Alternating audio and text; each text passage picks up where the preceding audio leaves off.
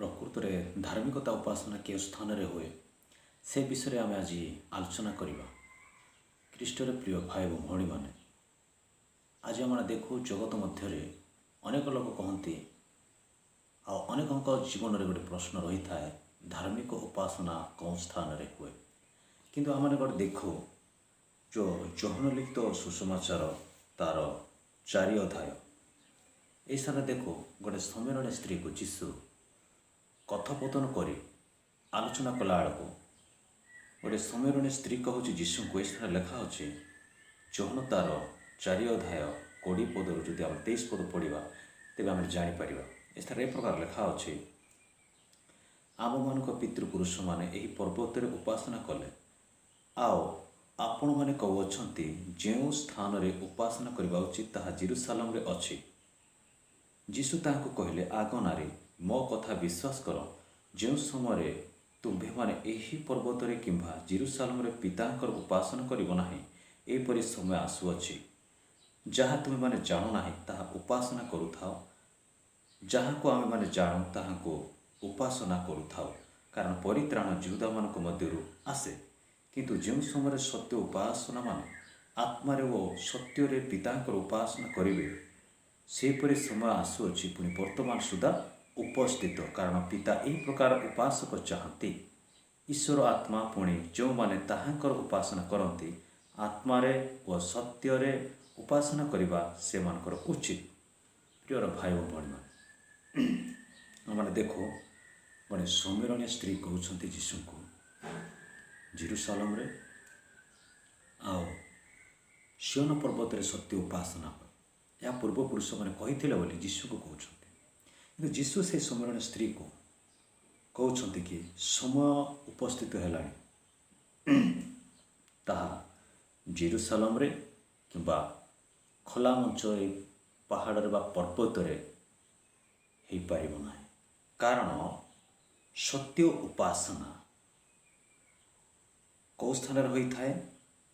ସତ୍ୟ ଉପାସନା ହୋଇଥାଏ ପ୍ରକୃତରେ ଏ ସ୍ଥାନରେ ଯୀଶୁ କହନ୍ତି, ଯାହା ତୁମେମାନେ ଜାଣ ନାହିଁ ତାହା ଉପାସନା କରୁଥାଅ, ଯାହାକୁ ଆମେମାନେ ଜାଣୁ ତାହାକୁ ଉପାସନା କରୁଥାଉ। ପ୍ରିୟର ଭାଇ ଓ ଭଉଣୀମାନେ, ଯେଉଁ ଲୋକମାନେ ଯାହାକୁ ଜାଣନ୍ତି ନାହିଁ ତାହା ସେମାନେ ଉପାସନା କରନ୍ତି। କିନ୍ତୁ ବାଇବଲ କହେ ଜାଣିକି ଉପାସନା କରିବା ଆମମାନଙ୍କର କର୍ତ୍ତବ୍ୟ ଅଟେ। ପ୍ରଭୁ ଯୀଶୁ ଖ୍ରୀଷ୍ଟ କହୁଛନ୍ତି ଜାଣିକି ଆମେ ଉପାସନା କରିବା ଉଚିତ। ଅନେକ ଲୋକ କହିଥାନ୍ତି ସଭା ସମିତିରେ ସତ୍ୟ ଉପାସନା ହୋଇଥାଏ, ଚର୍ଚ୍ଚ ଘର ଭିତରେ ସତ୍ୟ ଉପାସନା ହୋଇଥାଏ, ମନ୍ଦିରମାନଙ୍କରେ ସତ୍ୟ ଉପାସନା ହୋଇଥାଏ, ଡେକୋରେସନ୍ ଆଉ ପେଣ୍ଡାଲରେ ସତ୍ୟ ଉପାସନା ହୋଇଥାଏ ବୋଲି ଅନେକ ଲୋକମାନେ ଚିନ୍ତାଧାରା ରହିଥାଏ। କିନ୍ତୁ ପ୍ରଭୁ କହୁଛନ୍ତି ସମୟ ଉପସ୍ଥିତ ହେଲାଣି, ନା ଚର୍ଚ୍ଚ ଘରେ ଉପାସନା ହୋଇପାରିବ, ନା ଖୋଲା ମଞ୍ଚରେ ହୋଇପାରିବ, ସେଇଟା କେଉଁ ସ୍ଥାନରେ ବି ହୋଇପାରିବ ନାହିଁ। ଖ୍ରୀଷ୍ଟରେ ପ୍ରିୟ ଏବଂ ଭାଇ ଓ ଭଉଣୀମାନେ, ଆମେ ଦେଖୁ କିନ୍ତୁ ପରିତ୍ରାଣ ଯହୂଦୀମାନଙ୍କ ଠାରୁ ଆସେ ବୋଲି ଅନେକ ଲୋକମାନେ କହନ୍ତି। ବାସ୍ତବରେ ପ୍ରିୟ ଭାଇ ଓ ଭଉଣୀମାନେ, ଯହୂଦୀମାନଙ୍କ ଦ୍ୱାରା ପରିତ୍ରାଣ ଆସେ ନାହିଁ, କାରଣ ପରିତ୍ରାଣ ଯୀଶୁ ଖ୍ରୀଷ୍ଟଙ୍କ ଦ୍ୱାରା ଆସିଥାଏ। ପ୍ରେଜ୍ ଦ ଲର୍ଡ, ଥ୍ୟାଙ୍କ ୟୁ ଜିସସ୍। ସେଥିପାଇଁ ପ୍ରଭୁଙ୍କର ବାକ୍ୟ କହେ, ଯୀଶୁ କହନ୍ତି ଆଗ ନାରୀ ତୁମେ ବିଶ୍ୱାସ କର, ପରିତ୍ରାଣ ଯହୂଦୀମାନଙ୍କ ଠାରୁ ଆସେ ନାହିଁ, କାରଣ ପରିତ୍ରାଣ ଆସିଥାଏ ଯୀଶୁଙ୍କ ଦ୍ୱାରା ଆସିଥାଏ। ଯେଉଁ ଲୋକମାନେ ଯୀଶୁଙ୍କୁ ସତ୍ୟରେ ଆତ୍ମାରେ ଉପାସନା କରିଥାନ୍ତି ସେହି ଲୋକମାନଙ୍କ ପରିତ୍ରାଣ ଆସିଥାଏ। ଚର୍ଚ୍ଚ ଘର ଭିତରେ ହୋଇନଥାଏ ସତ୍ୟ ଉପାସନା। ସେଥିପାଇଁ ପ୍ରଭୁଙ୍କର ବାକ୍ୟ କହେ କି ସତ୍ୟ ଈଶ୍ୱରଙ୍କର ବାକ୍ୟ ଆମମାନଙ୍କୁ ସଚେତନା କରେ କି ପବିତ୍ର ଆତ୍ମାରେ ପୂର୍ଣ୍ଣ ହୋଇ ଉପାସନା କରିବା ଆମମାନଙ୍କର ଉଚିତ।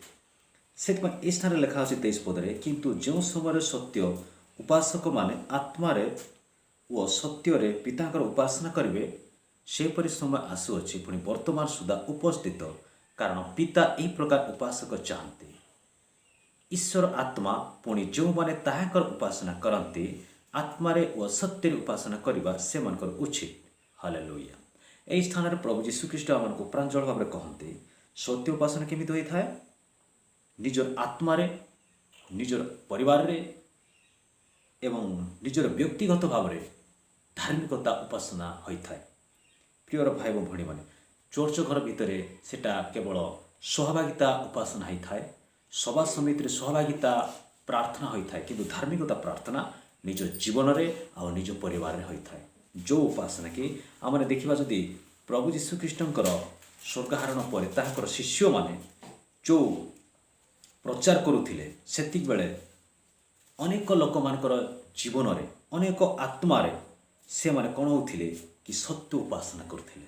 से माने केमती करथिले देखंतु, अनेक लोक कहते चर्च घर सत्य उपासना होता है, अनेक लोक कहते सभा समिति रे सत्य उपासना होता है। प्रिय भाई भौणी से आटा सेमती हे परिबो ना। ए स्थान रे हे थाए सत्य उपासना और धार्मिकता उपासना। ए स्थान रे लिखा होछि तार प्रेरित पुस्तक तार 2 अध्याय एवं तार 46 पदरे लिखा अछि आ 47 पदरे लिखा अछि। आउ से माने एकचित्त होई प्रतिदिन मंदिर रे समवेत होई रहुथिले। कौन होथिले? प्रतिदिन प्रभु को ग्रहण करबा लोक माने, यीशु को विश्वास करबा लोक माने प्रतिदिन मंदिर रे से माने सहभागिता उपासना करथिले, सहभागिता हेउथिले।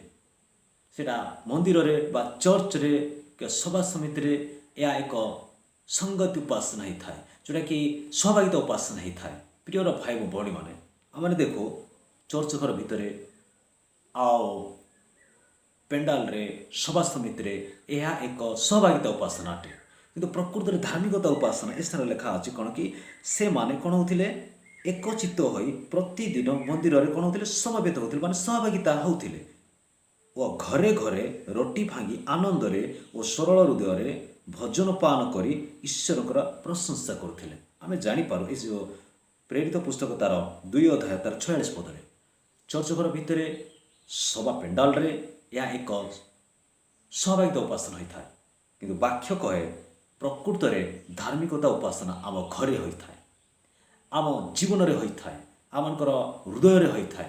प्रियर भाई भौणी माने घरे उपासना प्रार्थना या प्रभु चाहते आ से माने कोन करथिले प्रतिदिन रोटी भांगुथिले आ प्रतिदिन प्रभुଙ୍କର भोज ग्रहण करथिले। से माने रोटी भांगुथिले, प्रभु ए रोटी तुमनकर शरीर हृदय या शरीर मांस अटे, यही शरीर मांस भोजन करी तुमे मो पाई केमिति खंड विखंड हेल आ तुमे मो पाई तेमती मांस विच्छिन्न हेल, प्रभु मो मध्य मोर शरीर को तुम पाई उत्सर्ग करुअछि, से प्रभु भोज ग्रहण करिथा।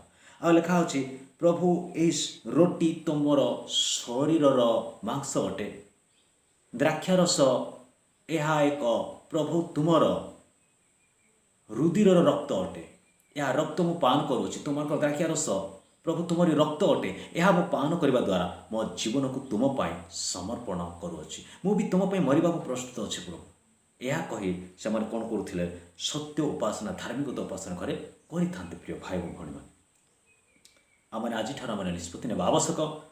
ए वाक्य शुणुथिबा प्रत्येक यूट्यूब भाई भौणी मानकु मोर सांग साथी मानकु मु एतकी अनुरोध करे आमनकर परिवार रे आमने गठन करबा पड़िबो, जो परिवार की धार्मिकता उपासना परिवार। आमने आद्य जुगर जदि देखिबा अब्राहम को परिवार रे गोटे धार्मिकता उपासना हेउथिला, से मानक परिवार रे गोटे से माने धार्मिकता उपासना प्रति मुहूर्त से करुथिले एवं से माने प्रभु को बहुत भय करुथिले। आ प्रभुंकर से 18टी सपन दे जे कि अब्राहम गले, से सपन मु कहबा को चाहू नाही।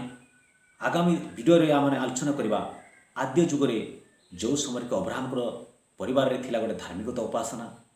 आ जदि आमने नूतन नियम रे जदि देखिबा जदि ख्रीष्टन को से ग्रहण करथिले से लोक माने प्रेरित मान सहित सहभागिता से पारिवारिक उपासना से धार्मिकता उपासना करुथिले।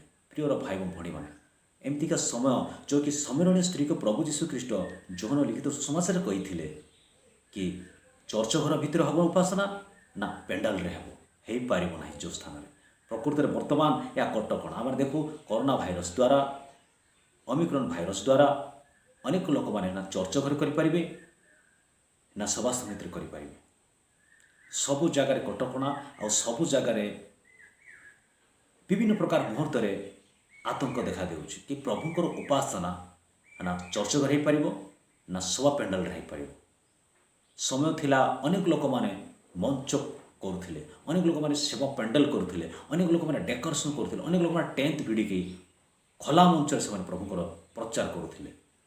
एबे आओ सही प्रकार समय इस स्थान लिखा होछि जोहन पुस्तक तार माने जो पढ़िलु तार कि सुंदर भाव स्थान लिखा होछि तार 4 पर्व तार जदि पढ़ु कि तार 23 पद लेखा अच्छी सुंदर भाव किंतु जो समय सत्य उपासक मैंने आत्मा और सत्य पितांकर उपासना करेंगे सेपरी समय आसुच्छी पुणी वर्तमान सुधा उपस्थित कारण पिता यही प्रकार उपासक चाहती। Thank you Jesus. इस स्थान लिखा अच्छी कि सत्य उपासना आत्मा आ जीवन रे होता है किंतु यह धार्मिकता उपासना करने निमंते वर्तमान सुधा समय उपस्थित हो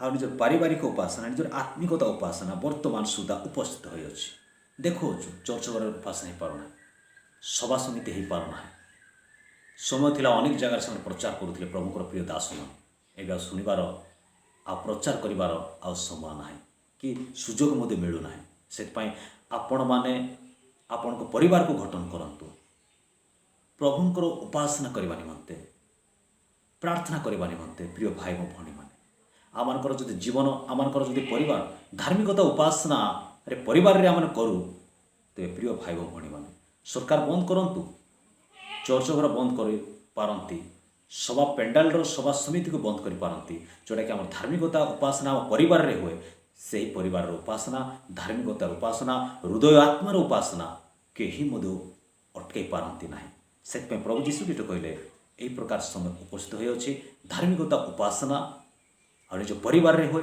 एवं निज जीवन रे हुए से निज परिवार को निज आत्मा को निजर पिला छुआ मान समस्त को ये धार्मिकता उपासना करने संगठन करंतु एवं बुझामणा हूँ आलोचना करंतु आ प्रस्तुत करंतु धार्मिकता उपासना आ प्रभु भय जीवन यापन करने समस्ते आम प्रस्तुत हेबा।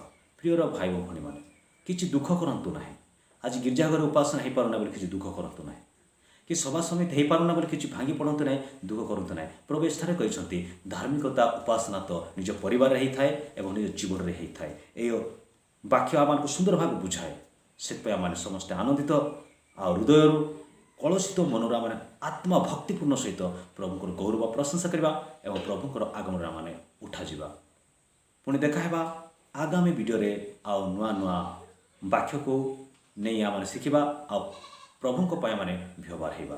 धन्यवाद। Praise the Lord.